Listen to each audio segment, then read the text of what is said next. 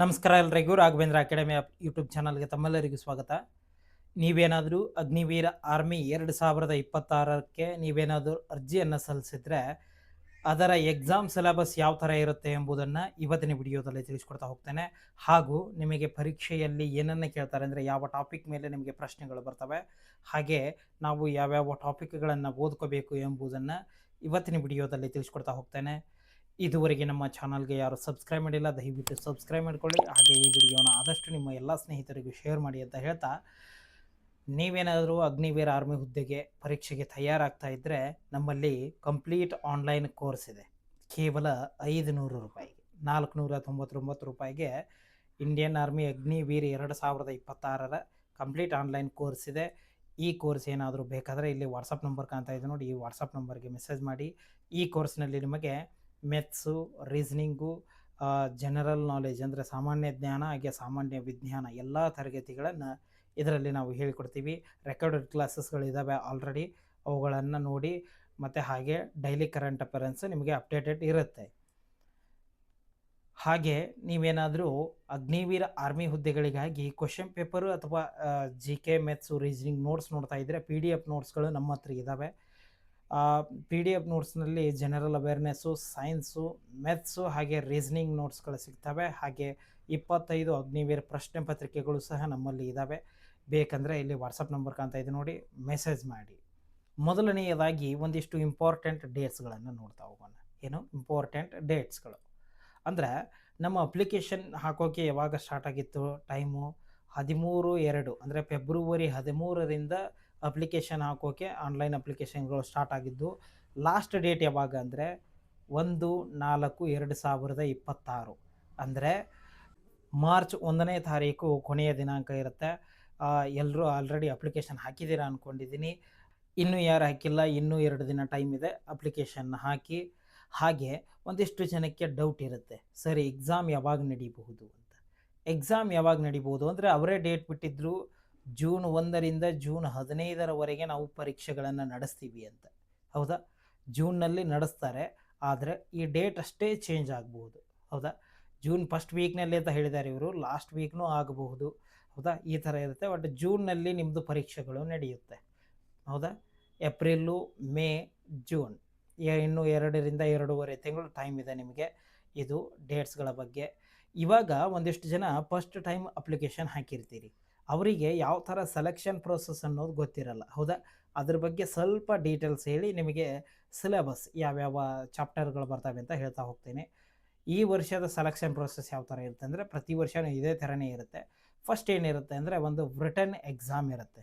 ಹೌದಾ, ಅಂದರೆ ಕಂಪ್ಯೂಟರ್ನಲ್ಲಿ ಎಕ್ಸಾಮ್ ಇರುತ್ತೆ ಫಸ್ಟು. ಈ ಎಕ್ಸಾಮ್ನ ನೀವು ಬರಿಬೇಕು. ಆ ಎಕ್ಸಾಮ್ನಲ್ಲಿ ಎಷ್ಟು ಮಾರ್ಕ್ಸಿಗಿರುತ್ತೆ, ಏನೇನು ಕೇಳ್ತಾರೆ ಅದನ್ನು ಹೇಳ್ತಾ ಹೋಗ್ತೀನಿ ಇವತ್ತು.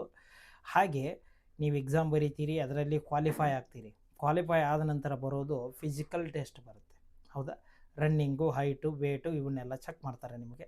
ಫಿಸಿಕಲ್ ಆಯಿತು ಅಂದರೆ ಡಾಕ್ಯುಮೆಂಟ್ಸ್ ವೆರಿಫಿಕೇಷನ್ ಆಗುತ್ತೆ, ನಂತರ ಮೆಡಿಕಲ್ ಎಕ್ಸಾಮಿನೇಷನ್ ಆಗುತ್ತೆ.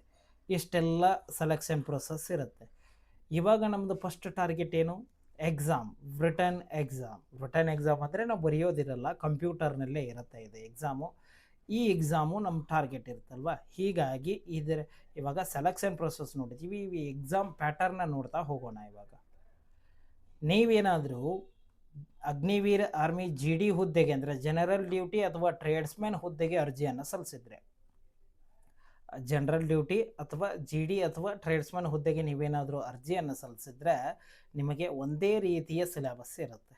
ಯಾವ ಥರ ಇರುತ್ತೆ, ಸಬ್ಜೆಕ್ಟ್ಗಳನ್ನು ನೋಡ್ತಾ ಹೋಗೋಣ. ಸಬ್ಜೆಕ್ಟ್ಗಳು ಯಾವುವು, ಜನರಲ್ ನಾಲೆಜ್ ಪ್ರಶ್ನೆಗಳು ಅಂದರೆ ಇತಿಹಾಸ, ಜಿಯೋಗ್ರಫಿ. ಜನರಲ್ ನಾಲೆಜ್ನಲ್ಲಿ ಯಾವ್ಯಾವ ಬರ್ತವೆ ಅಂತ ನಾನು ಹೇಳ್ತಾ ಹೋಗ್ತೀನಿ ಮುಂದೆ. ಒಟ್ಟು ಜನರಲ್ ನಾಲೆಜ್ ಕ್ವಶನ್ಸ್ಗಳು 15 ಕ್ವಶನ್ಸ್ಗಳು ಬರ್ತವೆ 30 ಮಾರ್ಕ್ಸ್ಗೆ. ಅಂದರೆ ಒಂದು ಪ್ರಶ್ನೆಗೆ 2 ಮಾರ್ಕ್ಸ್ಗಳು ಬರ್ತವೆ. 15 ಪ್ರಶ್ನೆಗಳು 30 ಮಾರ್ಕ್ಸ್ಗೆ. ಜನರಲ್ ಸೈನ್ಸ್, ಈ ಜನರಲ್ ನಾಲೆಜ್ ಬೇರೆ, ಜನರಲ್ ಸೈನ್ಸ್ ಬೇರೆ. ಜನರಲ್ ಸೈನ್ಸ್ ಎಷ್ಟು ಅಂದರೆ ಅವು 15 ಕ್ವಶನ್ನು 30 ಮಾರ್ಕ್ಸ್ಗೆ. ಒಟ್ಟೆ ಇವಾಗ ಜನರಲ್ ನಾಲೆಜು ಮತ್ತು ಜನರಲ್ ಸೈನ್ಸ್ GK GS ಎಷ್ಟು ಅಂದರೆ ಒಟ್ಟು 30 ಪ್ರಶ್ನೆಗಳು ಇರ್ತವೆ. ಹೌದಾ, ಇನ್ನು ನೆಕ್ಸ್ಟ್ ಬರೋದು ಮೆಥ್ಸ್ ಎಷ್ಟು ಕ್ವಶನ್ಸ್ಗಳು, 15 ಪ್ರಶ್ನೆಗಳು ಬರ್ತವೆ. ಹೌದಾ, ಜನರಲ್ ನಾಲೆಜ್ 15, ಜನರಲ್ ಸೈನ್ಸ್ 15, ಹಾಗೆ ಮ್ಯಾಥಮೆಟಿಕ್ಸ್ ಅಂದರೆ ಗಣಿತದ ಮೇಲೆ 15 ಪ್ರಶ್ನೆಗಳು, ಹಾಗೆ ಲಾಜಿಕಲ್ ರೀಸನಿಂಗ್, ಮೆಂಟಲ್ ಅಬಿಲಿಟಿ ಪ್ರಶ್ನೆಗಳು ಎಷ್ಟು 5 ಮೆಂಟಲ್ ಅಬಿಲಿಟಿ ಪ್ರಶ್ನೆಗಳು ಬರ್ತವೆ 10 ಮಾರ್ಕ್ಸ್ಗೆ. ಇಷ್ಟಿರುತ್ತೆ. ಒಟ್ಟು 50 ಪ್ರಶ್ನೆಗಳು 100 ಮಾರ್ಕ್ಸ್ಗೆ. 50 ಪ್ರಶ್ನೆಗಳು 100 ಮಾರ್ಕ್ಸ್ಗೆ ಇರುತ್ತೆ. 1 ಅವರ್ ನಿಮಗೆ ಟೈಮ್ ಇರುತ್ತೆ, ಅಂದರೆ 1 ಗಂಟೆ ಸಮಯ ಇರುತ್ತೆ. 1 ಗಂಟೆಯಲ್ಲಿ ನೀವು 50 ಪ್ರಶ್ನೆಗಳಿಗೆ ಆನ್ಸರ್ನ ಮಾಡಬೇಕು. ಹೌದಾ? ನೆಗೆಟಿವ್ ಇರುತ್ತಾ? ನೆಗೆಟಿವ್ನೂ ಇರುತ್ತೆ. ಇದಕ್ಕೆ ಎಷ್ಟು 0.50 ಮಾರ್ಕ್ಸ್. ಅಂದರೆ ಒಂದು ಕ್ವಶನ್ ಏನಾದರೂ ರಾಂಗ್ ಆದರೆ ನಿಮ್ಮದು ಅರ್ಧ ಮಾರ್ಕ್ಸು ಹೋಗುತ್ತೆ. ಹೌದಾ? ಅರ್ಧ ಮಾರ್ಕ್ಸು ಹೋಗುತ್ತೆ. ನಿಮ್ದು ಏನಾದರೂ ಒಂದು ಕ್ವಶನ್ ರೈಟ್ ಆದರೆ ನಿಮಗೆ 2 ಮಾರ್ಕ್ಸ್ ಬರುತ್ತೆ. ಇದು ನಿಮಗೆ ಗೊತ್ತಿರಬೇಕು. ಹೌದಾ? ಇಷ್ಟಿರುತ್ತೆ. ಇನ್ನು ಎರಡನೇದು ಏನು, ಟೆಕ್ನಿಕಲ್ ಪೋಸ್ಟ್ಗೆ ಏನಾದರೂ ನೀವು ಅರ್ಜಿಯನ್ನು ಸಲ್ಲಿಸಿದರೆ, ಯಾವುದು GD ಮತ್ತು ಟ್ರೇಡ್ಸ್ಮ್ಯಾನ್ಗೆ ಹಾಕಿದರೆ ಸೇಮ್ ಸಿಲೆಬಸ್ ನೋಡಿದಿರಿ. ಇವಾಗ ಒಂದು ವೇಳೆ ಒಂದಿಷ್ಟು ಜನ ಟೆಕ್ನಿಕಲ್ ಪೋಸ್ಟ್ಗೆ ಹಾಕಿರ್ತೀರಿ, ಅವ್ರಿಗೆ ಏನಿರುತ್ತೆ ಅಂದರೆ ಒಂದು ಸ್ವಲ್ಪ ಚೇಂಜ್ ಇರುತ್ತೆ ಎಕ್ಸಾಮ್ ಪ್ಯಾಟರ್ನಲ್ಲಿ, ಬಟ್ ಸಿಲೆಬಸ್ ಸೇಮ್ ಇರುತ್ತೆ. ಎಕ್ಸಾಮ್ ಪ್ಯಾಟರ್ನ್ ಯಾವ ಥರ, ಜನರಲ್ ನಾಲೆಜ್ ಪ್ರಶ್ನೆಗಳು 10 ಪ್ರಶ್ನೆಗಳು ಎಷ್ಟು ಮಾರ್ಕ್ಸಿಗೆ 40 ಮಾರ್ಕ್ಸಿಗೆ ಇರುತ್ತೆ. ಅಂದರೆ ಒಂದು ಕ್ವಶನ್ಗೆ 4 ಮಾರ್ಕ್ಸ್ ಬರುತ್ತೆ. GD ಮತ್ತು ಟ್ರೇಡ್ಸ್ಮ್ಯಾನ್ ಏನಿತ್ತು, ಒಂದು ಪ್ರಶ್ನೆಗೆ 2 ಅಂಕಗಳಿತ್ತು, ಇದರಲ್ಲಿ 4 ಅಂಕಗಳು ಬರ್ತವೆ. ಹೌದಾ? ಜನರಲ್ ನಾಲೆಜ್ 10 ಪ್ರಶ್ನೆಗಳು, ಫಿಸಿಕ್ಸು 15 ಪ್ರಶ್ನೆಗಳು, ಮ್ಯಾಥ್ಸು 15 ಪ್ರಶ್ನೆಗಳು, ಕೆಮಿಸ್ಟ್ರಿ 10 ಪ್ರಶ್ನೆಗಳು. ಇದರಲ್ಲಿ ಜಾಸ್ತಿ ಅಂದರೆ ಸೈನ್ಸ್ ಮೇಲೇ ನಮಗೆ 25 ಕ್ವಶನ್ ಬರ್ತವೆ, ಹಾಗೆ ಮ್ಯಾಥ್ಸ್ 15. ಹೌದಾ? ಒಟ್ಟು 50 ಪ್ರಶ್ನೆಗಳು. ಇದರಲ್ಲೂ 50 ಪ್ರಶ್ನೆಗಳಿರ್ತವೆ, ಆದರೆ 200 ಮಾರ್ಕ್ಸಿಗೆ ಇರುತ್ತೆ. 200 ಮಾರ್ಕ್ಸ್ಗೆ ಇರುತ್ತೆ. ಏನು ಎಕ್ಸಾಮ್ ಡ್ಯೂರೇಷನ್ ಎಷ್ಟು ಅಂದರೆ, ಸಮಯ ಎಷ್ಟು ಅಂದರೆ, ಇದಕ್ಕೂ 1 ಗಂಟೆ ಮಾತ್ರ ಇರುತ್ತೆ. 1 ಗಂಟೆಯಲ್ಲಿ 50 ಪ್ರಶ್ನೆಗಳು. ನೆಗೆಟಿವ್ ಮಾರ್ಕಿಂಗ್ ಮಾತ್ರ ಬೇರೆ. ಏನು ನೆಗೆಟಿವ್ ಮಾರ್ಕಿಂಗ್ ಯಾವ ಥರ ಇರುತ್ತೆ, 1 ಮಾರ್ಕ್ ಹೋಗುತ್ತೆ. ಇದರಲ್ಲಿ ಒಂದು ಪ್ರಶ್ನೆ ಏನಾದರೂ ರೈಟ್ ಆದರೆ ನಮಗೆ 4 ಮಾರ್ಕ್ ಬರುತ್ತೆ. ಒಂದು ಪ್ರಶ್ನೆ ಏನಾದರೂ ರಾಂಗ್ ಆದರೆ 1 ಮಾರ್ಕ್ಸ್ ಹೋಗುತ್ತೆ. ಇಷ್ಟು ಗೊತ್ತಾಯ್ತಾ? 2 ಗೊತ್ತಾಯಿತು ಅಂದ್ಕೊಂಡಿದ್ದೀನಿ. ಇನ್ನು ನೆಕ್ಸ್ಟು ಕ್ಲರ್ಕ್ ಎಕ್ಸಾಮಿಗೆ ಒಂದಿಷ್ಟು ಜನ ಹಾಕ್ತೀರಿ. ಕ್ಲರ್ಕ್ ಆ್ಯಂಡ್ SKT ಅಂತ ಬರುತ್ತೆ, ಸ್ಟೋರ್ ಕೀಪರ್ ಟೆಕ್ನಿಕಲ್ ಅಂತ. ಹೌದಾ? ಈ ಪೋಸ್ಟ್ಗೆ ಏನಾದರೂ ನೀವು ಅರ್ಜಿಯನ್ನು ಸಲ್ಲಿಸಿದ್ರೆ ಇದಕ್ಕೂ ಒಂದು ಸ್ವಲ್ಪ ಎಕ್ಸಾಮ್ ಪ್ಯಾಟರ್ನ್ ಚೇಂಜ್ ಇರುತ್ತೆ. ಯಾವ ಥರ, ಜನರಲ್ ನಾಲೆಜ್ ಪ್ರಶ್ನೆಗಳು ಕೇವಲ 5 ಬರ್ತವೆ. ಜನರಲ್ ನಾಲೆಜ್ ಇದ್ದು 5, ಜನರಲ್ ಸೈನ್ಸದ್ದು 5 ಪ್ರಶ್ನೆಗಳು. ಹೌದಾ? 5 4 20. ಹೌದಾ? ಅಂದ್ರೇನು, ಒಂದು ಪ್ರಶ್ನೆಗೆ 4 ಮಾರ್ಕ್ಸ್ ಬರುತ್ತೆ. ಇನ್ನು ಮ್ಯಾಥ್ಸು 10 ಪ್ರಶ್ನೆಗಳು, ಕಂಪ್ಯೂಟರ್ ಸೈನ್ಸ್ ಕಂಪ್ಯೂಟರ್ ಮೇಲೆ 5 ಪ್ರಶ್ನೆಗಳು ಬರ್ತವೆ. ನೋಡ್ತಾ ಇದ್ದೀರಾ, ಜನರಲ್ ಇಂಗ್ಲೀಷ್ ಒಟ್ಟು 25 ಪ್ರಶ್ನೆಗಳು ಬರ್ತವೆ. ನೀವು GD ಆದರೂ ಹಾಕಿ, ಟ್ರೇಡ್ಸ್ಮ್ಯಾನ್ ಆದರೂ ಹಾಕಿ, ಅಥವಾ ಟೆಕ್ನಿಕಲ್ ಪೋಸ್ಟ್ಗೆ ಆದರೂ ಹಾಕಿ, ಇಂಗ್ಲೀಷ್ ಇರಲ್ಲ. ಆದರೆ ನೀವೇನಾದರೂ ಕ್ಲರ್ಕ್ ಪೋಸ್ಟಿಗೆ ಅಪ್ಲಿಕೇಶನ್ ಹಾಕಿದರೆ 25 ಮಾರ್ಕ್ಸ್, 25 ಕ್ವಶನ್ಸ್ಗಳು ನಿಮಗೆ ಜನರಲ್ ಇಂಗ್ಲೀಷ್ನಿಂದ ಕೇಳ್ತಾರೆ. ಒಟ್ಟು 50 ಪ್ರಶ್ನೆಗಳು 200 ಮಾರ್ಕ್ಸ್ಗೆ. ಇದರಲ್ಲಿ ನೀವೇನಾದರೂ ಅಗ್ನಿವೀರ್ ಕ್ಲರ್ಕ್ ಆ್ಯಂಡ್ ಸ್ಟೋರ್ ಕೀಪರ್ಗೆ ಹಾಕಿದರೆ ಜನರಲ್ ಇಂಗ್ಲೀಷ್ನ ನೋಡ್ಕೋಬೇಕು. ಇದರಲ್ಲೂ ಸೇಮ್ 1 ಅವರ್ ಟೈಮ್ ಇರುತ್ತೆ, 1 ನೆಗೆಟಿವ್ ಮಾರ್ಕಿಂಗ್ ಇರುತ್ತೆ. ಇಷ್ಟು ಇದು ಎಕ್ಸಾಮ್ ಪ್ಯಾಟರ್ನ್ ಆಯಿತು. ಇವಾಗ ಎಕ್ಸಾಮ್ ಸಿಲೆಬಸ್ ಬಗ್ಗೆ ನೋಡ್ತಾ ಹೋಗೋಣ. ಎಕ್ಸಾಮ್ ಸಿಲೆಬಸ್ ಅಂದರೆ, ಇವಾಗ ನಾವು ಜನರಲ್ ನಾಲೆಜ್ ಅಂತ ಕೇಳಿದ್ವಿ. ಆ ಜನರಲ್ ನಾಲೆಜ್ನಲ್ಲೇ ಮತ್ತೆ ಯಾವ್ಯಾವ ಸಬ್ಜೆಕ್ಟ್ಗಳು ಬರ್ತವೆ ಅಂತ ನೋಡ್ತಾ ಹೋಗೋಣ. ಇದು ಸೆಂಟ್ರಲ್ ಗೌರ್ಮೆಂಟ್ ಜಾಬ್ ಆಗಿದ್ದರಿಂದ ಇದಕ್ಕೆ ಭಾರತಕ್ಕೆ ಸಂಬಂಧಿಸಿದ ಅಂದರೆ ಇಂಡಿಯನ್ ರಿಲೇಟೆಡ್ ಕ್ವಶನ್ಸ್ಗಳನ್ನು ಕೇಳ್ತಾರೆ ಇದರಲ್ಲಿ. ಹೌದಲ್ವಾ? ಅದಕ್ಕೆ ಭಾರತದ ಇತಿಹಾಸ ಅಂದರೆ ಇಂಡಿಯನ್ ಹಿಸ್ಟ್ರಿ ಬಗ್ಗೆ ನಮಗೆ ಪ್ರಶ್ನೆಗಳನ್ನು ಕೇಳ್ತಾರೆ. ಹಾಗೆ ಇಂಡಿಯನ್ ಕಾನ್ಸ್ಟಿಟ್ಯೂಷನ್ ಅಂದರೆ ಭಾರತದ ಸಂವಿಧಾನದ ವಿಷಯದ ಮೇಲೆ ನಮಗೆ ಪ್ರಶ್ನೆಗಳನ್ನು ಕೇಳ್ತಾರೆ. ಭಾರತದ ಭೂಗೋಳಶಾಸ್ತ್ರ ಅಂದರೆ ಇಂಡಿಯನ್ ಜಿಯೋಗ್ರಫಿಗೆ ಸಂಬಂಧಿಸಿದಂತೆ ನಮಗೆ ಪ್ರಶ್ನೆಗಳು ಬರ್ತವೆ. ಹಾಗೆ ಇಂಡಿಯನ್ ಎಕನಾಮಿಕ್ಸ್ ಭಾರತದ ಅರ್ಥಶಾಸ್ತ್ರ ಈ ಟಾಪಿಕ್ ಮೇಲೂ ನಮಗೆ ಪ್ರಶ್ನೆಗಳು ಬರ್ತವೆ. ಹಾಗೆ ಸಾಮಾನ್ಯ ವಿಜ್ಞಾನ, ಈ ವಿಜ್ಞಾನದ್ದು 15 ಪ್ರಶ್ನೆಗಳು ಬರ್ತಾವೆ ಅಂದ್ವಲ್ಲ, ಇದನ್ನು ಇದರಲ್ಲೇ ಸೇರಿಸಿದ್ವಿ.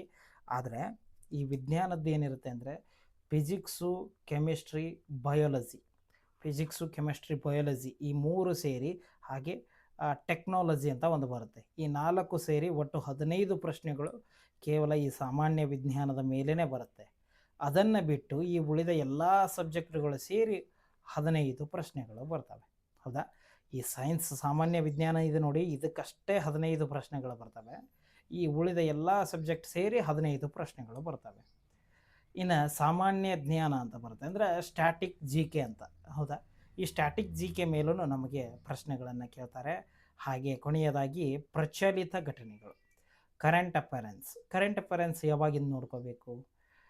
ಜೂನ್ಗೆ ಎಕ್ಸಾಮ್ ಅಂತ ಹೇಳಿದ್ದಾರೆ. ಅಲ್ಲಿಂದ 1 ಇಯರ್ ಅಂದರೆ 2025 ಜೂನ್ನಿಂದ 2026 ಜೂನ್ವರೆಗೆ ಕರೆಂಟ್ ಅಫೇರೆನ್ಸ್ ನೋಡ್ಕೊಂಬಿಡಿ, ಅಷ್ಟರೊಳಗಡೆ ಕೇಳ್ತಾರೆ. ಹೌದಾ? ಇಷ್ಟು ಇದು ಜನರಲ್ ನಾಲೆಡ್ಜು ಹಾಗೆ ಜನರಲ್ ಸೈನ್ಸ್ ಬಗ್ಗೆ. ಇನ್ನು ಎರಡನೇದು ಬರೋದು ಮೆಥಮೆಟಿಕ್ಸು ನಮಗೆ 15 ಪ್ರಶ್ನೆಗಳು ಬರ್ತವೆ. ಈ 15 ಪ್ರಶ್ನೆಗಳು ಬರ್ತವೆ ಅಂದರೆ ಯಾವ್ಯಾವ ಟಾಪಿಕ್ಗಳಿಂದ ಬರ್ತವೆ ಅಂತ ನೋಡ್ತಾ ಹೋಗೋಣ. ಮೊದಲನೆಯದಾಗಿ ಒಟ್ಟು ಸುಮಾರು 19 ಚಾಪ್ಟರ್ಗಳ ಬಗ್ಗೆ ನಾನು ಇದರಲ್ಲಿ ಹಾಕಿದ್ದೀನಿ. ಈ 19 ಚಾಪ್ಟರ್ಗಳ ಒಳಗಡೆ ನಿಮಗೆ ಪ್ರಶ್ನೆಗಳು ಬರ್ತವೆ. ಹೌದಾ? ಒಂದು ನಂಬರ್ ಸಿಸ್ಟಮ್ ಅಂತ ಬರುತ್ತೆ, ಹಾಗೆ ಸಿಂಪ್ಲಿಫಿಕೇಷನ್ ಅಂದರೆ ಸರಳೀಕರಣ ಅಂತ ಬರುತ್ತೆ. ಆ ಟಾಪಿಕ್ ಮೇಲೂ ನಿಮಗೆ ಪ್ರಶ್ನೆಗಳನ್ನು ಕೇಳ್ತಾರೆ.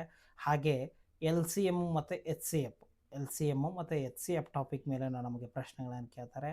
ಹಾಗೆ ಆವ್ರೇಜ್ ಸರಾಸರಿಯ ಮೇಲೆ ನಮಗೆ ಪ್ರಶ್ನೆಗಳು, ಹಾಗೆ ಪರ್ಸಂಟೇಜ್ ಅಂದರೆ ಶೇಕಡಾವಾರಿನ ಮೇಲೆ ನಮಗೆ ಪ್ರಶ್ನೆಗಳು ಬರ್ತವೆ. ಹಾಗೆ ರೇಷಿಯೋ ಆ್ಯಂಡ್ ಪ್ರಿಪರೇಷನ್ ಅಂದರೆ ಅನುಪಾತ ಮತ್ತು ಸಮಾನುಪಾತದ ಮೇಲೆ ನಮಗೆ ಪ್ರಶ್ನೆಗಳು ಬರ್ತವೆ.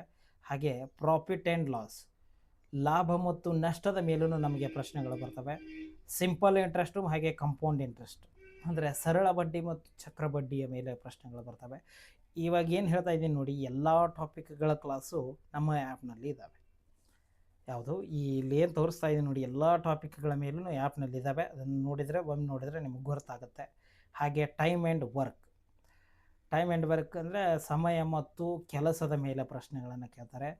ಸಿಂಪ್ಲಿಫಿಕೇಷನ್, ಇನ್ನೊಂದು ಇದು ಬಾಡ್ಮಾಸ್ ನಿಯಮ ಅಂತ ಬರುತ್ತೆ. ಈ ಬಾಡ್ಮಾಸ್ ನಿಯಮದ ಮೇಲೂ ನಮಗೆ ಪ್ರಶ್ನೆಗಳು ಬರ್ತವೆ. ಅದು ಏನು ಬಾಡ್ಮಾಸ್ ನಿಯಮ ಎಲ್ಲವನ್ನು ನಾವು ಹೇಳಿದ್ದೀವಿ ಆ್ಯಪ್ನಲ್ಲಿ, ನೀವು ಸಹ ಓದ್ಕೋಬಹುದು.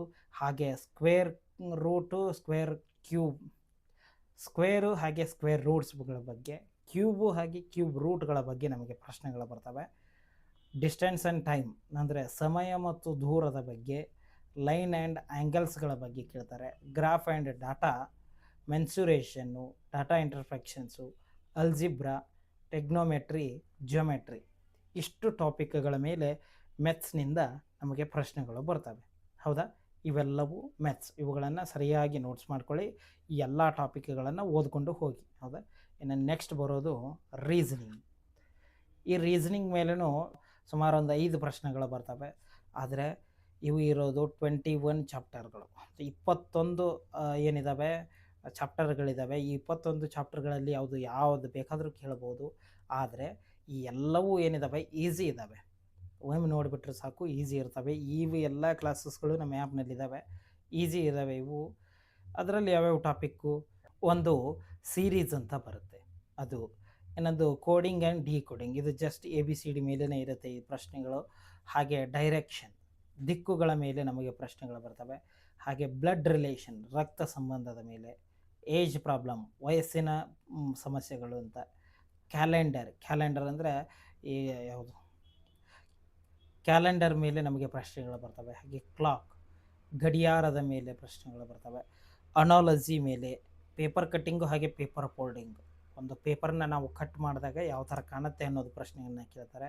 ಹಾಗೆ ಮಿರರ್ ಇಮೇಜ್ ಮತ್ತು ವಾಟರ್ ಇಮೇಜ್ ಅಂದರೆ ಕನ್ನಡಿಯ ಪ್ರತಿಬಿಂಬ ಮತ್ತು ನೀರಿನ ಪ್ರತಿಬಿಂಬ ಅಂತ ಪ್ರಶ್ನೆ. ಫಿಗರ್ ಕ್ಲಾಸಿಫಿಕೇಷನ್ ಅಂತ ಒಂದು ಪ್ರಶ್ನೆಯನ್ನು ಕೇಳ್ತಾರೆ. ಹಾಗೆ ಎಂಬೆಡೆಡ್ ಫಿಗರ್ಸು, ಮೆಥಮೆಟಿಕಲ್ ಆಪ್ರೇಷನ್, ಇದು ಸಹ ಬಾಡ್ಮಾಸ್ ನಿಯಮದ ಪ್ರಕಾರನೇ ಇರುತ್ತೆ ಇದು.